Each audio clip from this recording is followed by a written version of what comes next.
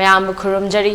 haukiba megi tang ahumdagi thokliba irang asi ngasi fawba tangdu leitan leitri hiram asigi matangda ELITETV na khanna putokchaba Voice of the People miyam na mityeng taduna lakli ngasi su Voice of the People gi nifumapan suba episode ta Manipur gi sagnairaba veteran politician o join haikiba paudam khara mityeng taminasi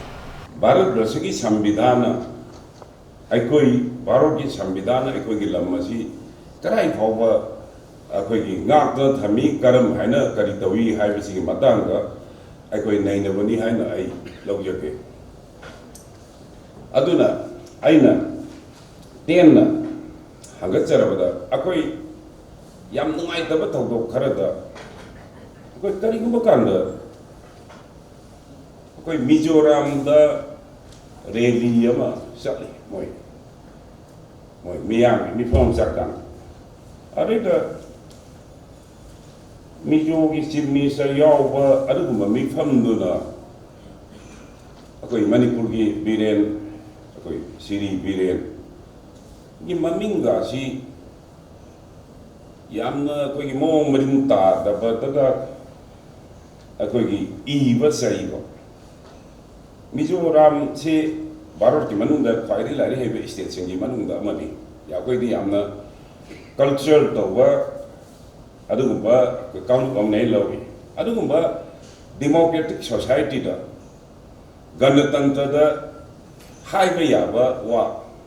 karigumba language ama mayam kangbi akang engak ni ten na aina kangba pone akoi ki Commonwealth Parliamentary Association na akoi prithvi da Chaliba parliamentary system je ahum chui amana Commonwealth parliamentary system amana continental parliamentary system se United Kingdom ga leiriba mai makada lekhale bisi Commonwealth parliamentary system kawe adu America ga masina continental parliamentary system kawe atopa mada aikoi Japan ga thai ga mading thok pan da leiriba parliamentary system je wahi am hokchek Aina mayam mang do wahi ma highway ya run ta ya do rai se Commonwealth parliamentary system de adu ba check-in do pona adu bo yamna hoi ai Manipur ki sim minister biren musiban musida ba ka ta bi wa na ti yamna culture oi ba samaj na world cultural society democratic andalol ma to bu kanda akan ma ke ka thang ga chai ba ga hai bisi Prithvi ki democratic world ngasi ki ganatantric world otongna handana lauba chakhut ta hai tai in other sense chakhut ta hai dei ji kar phajadra mane uncultured hai it is an uncultured manner of this ekagi state anu makhan gi uncultured manner gi sajat ka chapa hai si otongna Aku kita hiba daba uhai daba maung ta daba thabak mayam ma asi dia koi mang ta ni lai semua apa masih koi isa isu mon mapang isa isal mayam masih lewa asi ngak no honari ngak firi ngak no honor ke ngak firi ana hai juke ada wapi sum lan dong sum lei budi ya ka lai tam do daba ya ka lau bu daba ya ka thabak shu daba ya ka Aku semaisum sama si lagi beri apa nanti. Malam sina, aku tangai fadana, aku warui sana mau korang aku tangai fadana, wafam oire. Aina matang saya hangat senengi maduri, aku aina kali gumpa kanda mayam dah hangat pada yaw ke. Bharat ki Pradhan Mantri oriba Shri Narendra Modi ji na, Bharat ki Parliament dah, isi macam Tara Mari ne nakali 1914 gi May gi tang kunda Bharat ki Parliament la Bharat ki Parliament la aga Bharat ki Parliament chang dia mangda May gi tang kunne na khali hai May gi tang kun gi minute kun 20 minute da matam na Bharat ki Parliament la aga Parliament gi istiar ke su chang dia na ma marai na so kapi ada mana hai This parliament is a microcosm of nation. Nasi Bharat ki parliament, Bharat ki paza apna buki apik pasakam dene. Unfortunately, nasi di May Gitang Hundagina Nasi August Gitang Tade di Fansure. So I hope that Baraki Parliament Pambakanda Manipur ki Saruk Yaudo Baraki Prime Minister na Nasi Manipur lady go film the Matang the Ohio Haida Wahapshi. Prithivi democratic countries in the world Prithivi the lady Akoi Mio Ibukunai, no Ipuna, Soma Punamana, Bevhar Watka, Siri Narendra Modi, the Bevhar Watka, the Wafan money, and I come the name. I Siumba, Akoi Pran Tiki Sadasi, Akoi Manipuri, Ra and Tiki Itiasta. Tundala Kadava Manipuri Itias, and so I don't get a port of Wafan money, I made a hand with the machine of Tamjake. Anisubada, I couldn't sing Madudi Handaki Lissingama Akoi Lissing Adi Subna Canada Akwegi Kumar Toy or Mane Kumar Toygi Ukraine Uzbeki Lamjida Shri Modi in High Akoi Madu September Thadani, I could remember September Thadani, Manhai. How did Ukraine amasung Russia ki land Shreda mana Shri Modi na yam chawtok na hai. It is the time of democracy, not the war. The war between Ukraine and the Uzbeks had been settled by dialogue, discussion, debate. I don't see. Manipur gumpa pick up labor as the way the films the Kasi Bauda Barot ki Prime Minister, was it Lady Barot ki Home Minister, Nasi Lady Barot Sarkar.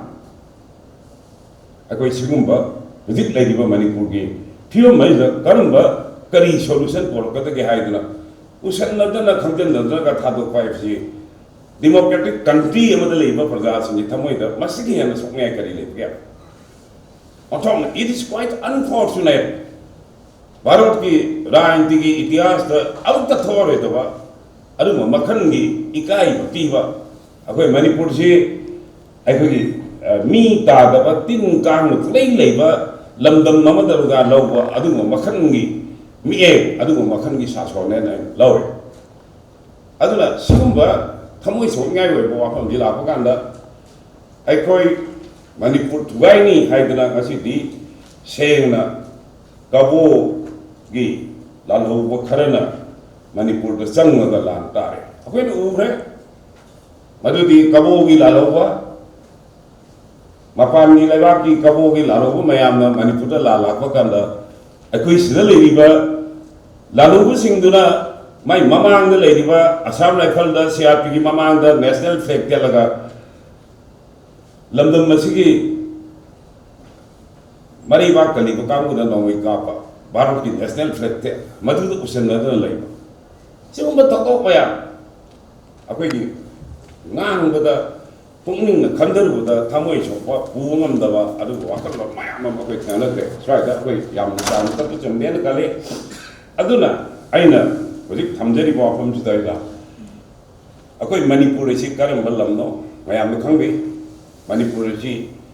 Kuideva Sai Kayagi Mamandagi Maning Tamna Balak Balipa Ambi Karimbokanda Sai Tarek Punta Pogumba Karimbokanda Equigi Ning the Mamangan and Equigi Baring Tambalepa Weduna Aduna Equigi Ipana Ipuna Hoga Ipai Pusina Equileva was in active self responsibility self governance ki daitaji Equigi, if I push in a Matan Loduna, Asum Lako, and the Mamani. Aduna, Equi Yana, but Equi Maning Tambalipa when Sayaki meteorized when a layer money, Mayam Kangi. Adubo, Hongong Lani Matunda, the Minai Quaker. Hongong Lani Matunda, Equi Minai Quaker, Baraki Indian Independent Act. Lakpada Indian Independent Act, Hangbaga. Barokis Manipur Constitution same election tawre adu akomodedi akoi Okay, Manipur in 1949 merged story. Okay, Manipur merged over merger agreement do adugi makada Manipur si Bharat ki sarp ama kore. Aduna okay Bharat ki samvidhana akang ai myam yawiri horen view share dominani aduna Bharat ki samvidhana Bharat ejikai ko wi ai kanda article 1 da Bharat ai Bharat the lady state mayam chine ta arge amu article 2 da Bharat the lady state ejikai ko wi ai kanda Manipur ki state hai Manipur ki state ai Manipur ki state hai badi matanna da aikoi na Bharat the yaw Manipur merger agreement the yaw aikoi status political status territory population Madhu Lena aikoi na Bharat the yaw Madhu ki state the stop Madhu ki treaty do ngasi baw do operate tong na lai it operate still now I want to Madhu ki treaty do operate dawri madam masina aikoi Manipur ki lam hai se aikoi ki hai riba Bharat ki samvidhan ga article 63 ki first part sigumba lam se masigi makam ki lam se masidi aikoi karigumba da court sapayati say suppose huki ki kanguna Manipur ki khaido ga anu bole ba ama semjage anu bu state ama semjage Tanaguma Kanguna, Manipur Gilam Jam, Masti Kaidoga, Anu State of Seminary, Article 361. Ahan 360 Ahan the part was sitting bar court, Supreme Court, High Court, Madi Court jurisdiction, Thumde. Adu Matata, Hariba, Ekogi, Lamase, Masidi, Ekoi, Karikumakanda, Ekogi, Article 363 gi sida lumpi madudi masingumba wato ama karigumba la haibadi hariba dispute sigi ai amuka mayak chena thamjana ba hariba mijogi wafam si so kisima sanifan no chamapan humbu nipanda madam madugi lal denga haiba laloruki lusing basina mijoda lal hobu kanda Bharat ki Pradhan Mantri Srimati Indira Gandhi ki matamda madu yagidava port amne madu yagidava port ne Bharat Sarkar ne yagidava Bharat ki Samvidhan ne yagidava port ne mana chem hagalish it was done down 1968 ki June ki tan kutha da Lal Dinga Masana matamda ki Home Secretary Pradhan are Mizoram ki Chief Secretary ahum na soi Tobu Dalindo, Madu, I only yaw referred by a very young one. Yagidre. I don't Yagido Porto never. Yagido Porto, Yagide Haibo Porto. Madu, same one and Takalakuduna. Madedi, Marueva, I want the Nasitoiva large. I going to see Toiva, what was in the sea, but same as Marueva, Maramadi. Yagida Porta Mayana, and Namdana Hajalapado. Maduna, it provokes the people of Manipuri. Okay, Manipuri Pradapun, Mokpedom Cholumba, Madugi, Lan Tome Maram Jina. Yananda, Akoibu provoked everybody, Baroki Samvidana Yagidava, Baroki Supreme Court, Baroki Samvidana Sikumba, Triti the label Lamja Masidi Chopayati, Akwemasi has not high. In other sense, it should be a political solution. Manipur Kail is the Mizoram, Indira Gandhi, sometimes Atal Baspai, Matam, he visited Nagaland. Ma Hiramina, Manipur Gi, Nagasaka Navigi Pesadi, Akoi 900 crore a pirange. Adubu, Nagana to Haitabi or Homala by Matuki, Akoni, assure to one thing. We cannot assure you. Akoi Haikina. Akoi Nasijo, Akoi Haribulam, I want to do Baroki, Sambidangi Article 63 Makada, Akoi Lamze, Masi Akoi treaties of Fred Taure and the Logane, Akoi Lamze, Akoi Masi, ꯑꯩꯈꯣꯏꯒꯤ ꯚꯥꯔꯠꯀꯤ article 3 ꯁꯦꯝꯗꯣꯛꯄ ꯀꯥꯟꯗ ꯃꯁꯤ ꯁꯣꯛꯄ ꯌꯥꯕ ꯂꯝ ꯑꯃꯅꯤ ꯍꯥꯏꯅ ꯑꯩ ꯂꯧꯗꯦ ꯃꯁꯦ ꯀꯔꯤꯒꯨꯝꯕ ꯀꯥꯟꯗ ꯃꯁꯤ ꯔꯤꯃꯦꯗꯤ ꯚꯥꯔꯠꯀꯤ ꯁꯪꯕꯤꯙꯥꯟꯅ ꯑꯗꯨꯝ ꯄꯤ ꯀꯔꯤꯒꯨꯝꯕ ꯀꯥꯟꯗ ꯁꯤꯒꯨꯝꯕ ꯇꯤꯇꯤꯁꯤꯒꯤ ꯃꯇꯥꯡꯗ ꯌꯦꯠꯅꯕ ꯈꯟꯅꯕ ꯂꯥꯛꯑꯒꯗꯤ the remedy provided by the Indian Constitution is to refer by the President to interfere by the President President must put things together wafam je Supreme Court refer to decide on the other aduna aina hainangai madudi ngasi leiba Manipur ki lam masidi Bharat ki lising ba karana eta moigi for father ki lam dong da pai hai na pado to ya lam nate must it is protected by our constitution Bharat ki samvidhan ka protect to thambal lam amni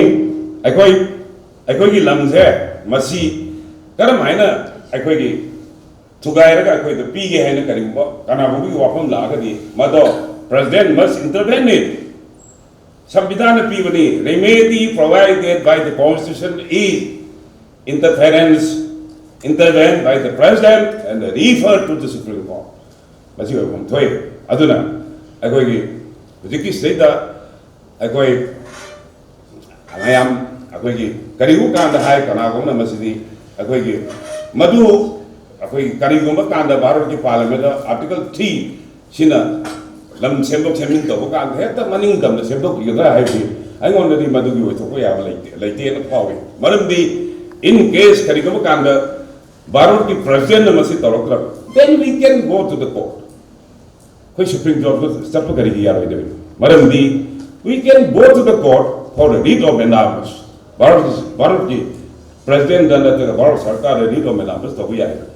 chuma ina ai di ai ko gi lam je ngasi we took we are with the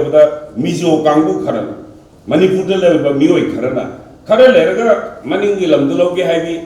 Karalega Mamangi Lamdulagi Habi, Karalega, Adi Sagagi Lamdula, Logi Habi, some sang exams in life there. Arui, Romaning Tina, Kana Hundagita Jada, I own the D. I call it Subchannel Lepoga, Barotki Rasta Katida, I call it Haiba, Lamze, Barotki Sambidan, Kalibu Lamze, Masi. Madam Zadana, so my daughter, Madam interfere Toraga, Supreme Court refer to assume decision. I could pew, I got high the assume Kontagla, and I know that the following. I know that Shaman suggest okay, I have live active mana. I no idea. I Manipur, I Karimukanda, some Mayam, Wadi Masadi, Haibu, Karimukanda, I MLS in China. Akwai Manipur adu swaida ai assembly akwai yam tuna kawbugi wa hai hoi assembly kawbudu wakhal ani fofu yai adu akwai assembly kawning badi seng har kanda hokik sigum ba oiraba matam sida oiri ba film sida akwai Manipur gi le akwai MLA humpugi akwai assembly ne masjid phammaga Bharat ki samvidhani position ngasi leriba sarkar gi akhang ngai mayam ga loinana sab sab wari ang ga loinana mayam khambire madudi Bharat ki parliament da tang nipan da akoi Manipur wa khong thanaga dori aduga tang tara da Bharat ki pradhan mantri Shri Narendra Modi na masi reply pin sumba reply piga du matang da akoi Manipur da leriba MLA singena akoi leiri ai am no pa tho akoi leiri gamen jungai Shri Biren jungai na they must come forward. Try to this. Nufa talk a Torah than they are quite lady, a quick lamsinina. Sitting no Sambidan Sophia, Nagi, Parliament at the Ira Sophia, Portland, nothing, the Bharat is Hamadana, protect over Madugi treaty to his work, operate away the Bharat is Sambidan, Hariba, Madulamne, Madugi Nata Quile Piga, the Fatonga. Tuanugi hanging by you often the Adobo. The assembly is Tang Taram, the Taram, the Kong and Kai. Tang Taram, the Taram, the Taram, routine method. Routine method, I say, good in Lamta, Tangula, the survey come to Bahune, my parliament humble or running. I think Prime Minister, Wa Pibe Abawa, Ping running. Madugi Mamanga. I could highly often there, Manipur, MLS in the Channel Lepoga. ꯑꯩꯈꯣꯏ ꯃꯤꯌꯥꯝ ꯑꯩꯈꯣꯏ ꯃꯅꯤꯄꯨꯔ ꯄ꯭ꯔꯖꯥꯒꯤ ꯂꯦꯞꯄꯤꯅ ꯍꯥꯏꯅ ꯍꯥꯏꯕꯁꯤ ꯀꯌꯥꯃꯨꯛ ꯌꯥꯝ ꯂꯨꯕꯅꯣ ꯑꯩꯈꯣꯏ ꯈꯪꯗꯦ ꯑꯉꯛꯄ ꯑꯃꯗꯤ ꯑꯩ ꯁꯦꯡꯅ ꯍꯥꯏꯖꯒꯦ ꯑꯩꯈꯣꯏ ꯃꯅꯤꯄꯨꯔꯒꯤ MLA 10ꯅ ꯃꯅꯤꯄꯨꯔ ꯊꯨꯒꯥꯏꯅꯦꯅ ꯍꯥꯏꯕꯁꯦ ꯁꯤꯗ ꯉꯁꯤ ꯐꯥꯎꯕꯗ ꯑꯩ ꯃꯅꯤꯄꯨꯔꯒꯤ MLA ꯍꯥꯏꯒꯦ ꯑꯗꯩ ꯉꯁꯤ ꯂꯩꯔꯤꯕ ꯚꯥꯔꯇꯤꯌꯥ ꯖꯅꯇꯥ ꯄꯥꯔꯇꯤꯒꯤ ꯃꯣꯏꯗꯤ ꯋꯥꯔꯧꯒꯗ꯭ꯔꯥ ꯀꯔꯤꯒꯨꯝꯕ ꯀꯥꯟꯗ ꯑꯩ ꯋꯥꯔꯧꯅꯕ ꯍꯥꯏꯕꯁꯨ ꯅꯠꯇꯦ भारत की पार्लियामेंट्री सिस्टम है इट इज पॉलिटिकल सिस्टम है पॉलिटिकल पार्टी अमतन ngasi bawda noina BJP da kagraba noina government da yauri ban noi tarana leibak thugai ji hauna dene na wai ba haide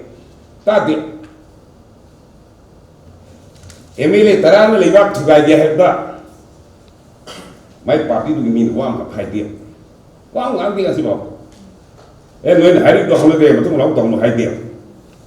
adagi MLA tarana अखोगे लेबाक थुगागे हाइबसे मसे MLA अमतना बेब्रेस सोई मदु बारो हाइदे वहाय आ बिंदाना कैनोम high highway दिफाव इन दरगार थाय हाइ MLA तारा मणिपुर थुगागे हारि सिदि अखो हुजि लेबे MLA मयाम सि खंबि दबजा मै खंग दबजा MLA वइरिबा अखोगी मरतगी MLA ताराना मणिपुर थुगागे हाइना फोंग नरावबा मणिपुर की चीफ मिनिस्टर चाहिरबा मणिपुर की प्रजा चाहिरबा ngasi wahai ama wahai ngam wahai wahai tadi ai soim na tadi aduna singbo wahom je kanana ba ai magi degi di ai hogdok jabo oina aina agan mayam akhang hi mayam yauri ai bu tabi ngamba mayam hiram toan ba hiram da ai yaure aro ai wahom ji ai ihan hamba खाना ने बगे हगदोक जाबो आइना आई मायामदा थमजरी आइना अमुका न हाइजरी मदि मणिपुर की अखोगी ngasiगी अखोगी लन अखोगी भारत की संविधान प्रोटेक्ट तौरी अखोगी एग्रीमेंट ngasi जो ऑपरेट तौरी सिगमल लमथे मसी अखोगी भारत की अतै लमगुमना भारत की लसिंगिना हेत तौनिगे द बतु थुगाय बा याबा लम नते हिरम अदो जाय कोई भारत सरकार खांग मचमे वापम मसी खानदबा आइना हगचबा वहाई मंगा तारा मयाम होंद थमजरगा आइगोंदगी आइसु अहल लोइबो नागे वांगांग दमिना आइजे अरुम होगने करिबुगांद कोमा सेमिकोलो लान इबो कोटिबा फिजी फिना नेटपा तक्सी कासिगा यावबो रिमदुगा पियो हाइजरगा मयाम पुनम पुन गरमजरी thank you Veteran politician o joina haikiba paudam khra mityeng tamina khraba matungda ngasigi oina voice of the people matang asida loisinjare channel asimakta da pungfam simakta da thokliba thodok asiga mari leinana kanana kari hairi haibadu mathangi episode ta khangminasi ngasigi oina di kainana baya thangnizari pinabirasi